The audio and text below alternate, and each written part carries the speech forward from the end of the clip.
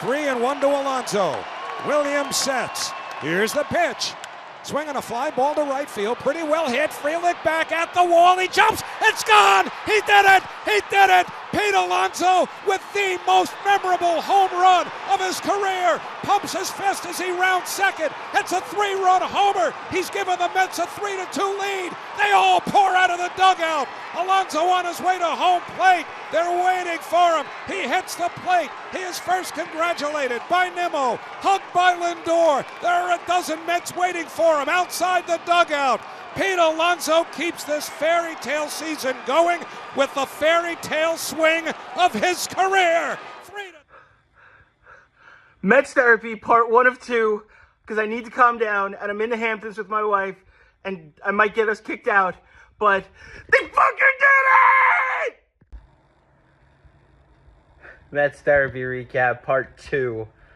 I'm going to stop moving. I'm in the Hamptons with Mrs. Claudio. The plan was to get away for a few days during the Jewish holiday. Happy New Year to all my Jewish friends who can't see this because they're all flying for the New Year. Benji, if you ever do see this, I cannot wait to hear what it was like when you got the newspaper Friday morning and you saw that the New York Mets overcame all the odds in a dramatic fashion to win 4-2 over the Milwaukee Brewers. So many thoughts going through my head right now. I will start where I think it's necessary. And look, I said yesterday that the reason I was so critical of Pete Alonso is because usually the day after I'm so critical of someone, they have a big day the next day. Well, I didn't think this would happen. Because not only did Pete Alonso have a big day, but he had the biggest moment of his career. And, you know, I'm in the moment, so I got to wait. And, look, I thought Lindor's home run on Monday was one of the biggest home runs in franchise history. Well, we have another biggest home runs in Mets history. The odds. They're just the odds. Like, I got to go back and look at the ESPN probability, but it had to be at least 80% that the Mets were going to lose in the probability rankings or whatever it's called. My goodness, Pete Alonso. The much maligned Pete Alonso. And look, he's had a tough year, but this is why all year we've said his power is such a weapon that you just stay patient with him and you hope eventually that power shows up when you need it the most. And shout out to Carlos Mendoza to continue to keep him up there in big spots as far as up in the lineup. And lo and behold, against one of the best closers in baseball who had given up 1 home run all season, looked a little off today, but still had that strikeout, swing and miss stuff. You know, good job by Lindor to work the walk. I thought Vientos had a good at-bat, but this guy, Devin Williams, has nasty stuff. Nimmo had a great at-bat to get the single. Pete works at 3-1, and then he knew it when he got it. And I'm just really happy for the guy. He's clearly an emotional dude that, you know, we've seen him mature, like overcame so much adversity with that car accident a couple years ago. And here we are.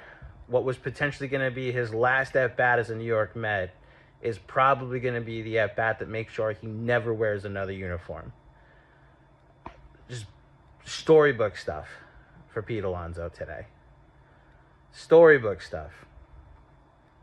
So yeah, there's so many other heroes. Like I mentioned Lindor, who was on base 3 times, and for most of the game, he was the only person to get on base. Jesse Winker, the most productive 2 hit-by-pitches ever. And Marte coming in and getting that big base hit to give the insurance run. David Peterson getting the series-clinching save out of the pen. And look, Budo had 2 bad pitches. Gave up 2 home runs to 2 guys that aren't known for their home runs. I guess Bauer is technically a home run hitter, a 199 hitter, but you know him for his power. But then Frelick to hit the home run on the next pitch was like, oh, it's their night. And that was my thought all game. It was like, oh, it's their night. We blew our chance last night. This is their night. And Devin Williams. And here's the thing. This is where I was telling my wife this, like, to my detriment, I'm an empathetic person. Let me just brag about that for a second. Because there was a moment that I had where they were putting the Brewers fans on the screen. And they were panning to them in the crowd. And I talked about how this is a franchise with a lot of demons. This is a fan base with a lot of demons. And it looked like last night they overcame some of them. And instead, today, I mean, that you got to be thinking curse at this point. That, you know, this is why sports suck sometimes. So, look, I respected the Brewers, especially with that bullpen as soon as they got to their pen, I was like, oh, I think the best way for the Mets to win this is to win it in like 11. If you can outlast their good bullpen and maybe get into like them putting a starter in, maybe you got a shot. But and that's me. That's my PTSD, because you turn around and remember that this team just does not quit. They didn't quit on Monday, down 3-0. They didn't quit on Monday, down 7-6. They didn't quit today. Hold on. They didn't quit game 1, down 2-0, or down 4-2. And they didn't quit today, down 2-0 against one of the sport's best closers. I mean, a couple other heroes. Jose Quintana, 6 scoreless innings. A guy that a month ago I went on my buddy CP, the Mets version of CP. I went on his YouTube show and said that Quintana should be situational in the playoffs. And shout out to hashtag meaningful. I said he shouldn't throw another meaningful pitch.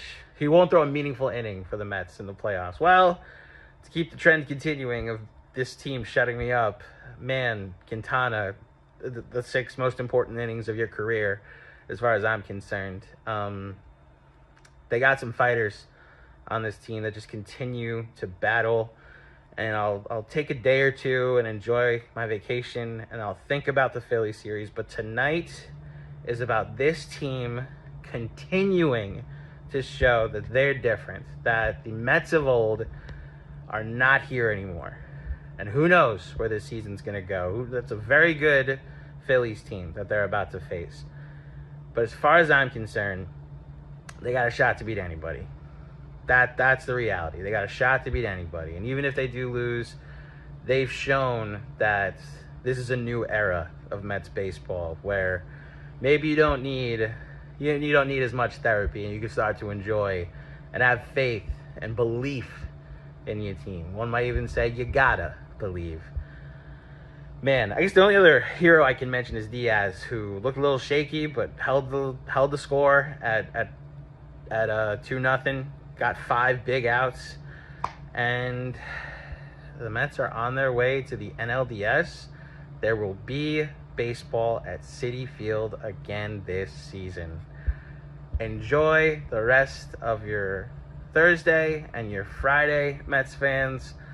I'll see you on Saturday. First pitch at 4 p.m. Let's go, Mets.